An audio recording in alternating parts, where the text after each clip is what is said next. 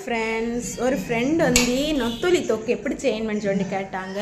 அந்த ஃப்ரெண்டுக்கு நாளைக்கு செஞ்சு நொத்தொலி தொக்கு எப்படி செய்யணும்னு சொல்லுதாரேன்.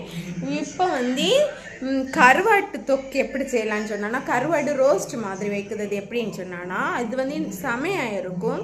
இந்த கருவாடை வந்து உரிச்சிட்டு க்ளீன் பண்ணிவிட்டு இதில் வந்து வத்தலும் அதுக்கு பிறகு வத்தல் போட்டு கொஞ்சம் கிண்டிட்டு இதை வந்து பொரிக்கணும். ஃபஸ்ட்டு பொரிக்கணும், லைட்டாக பொரிக்கணும்.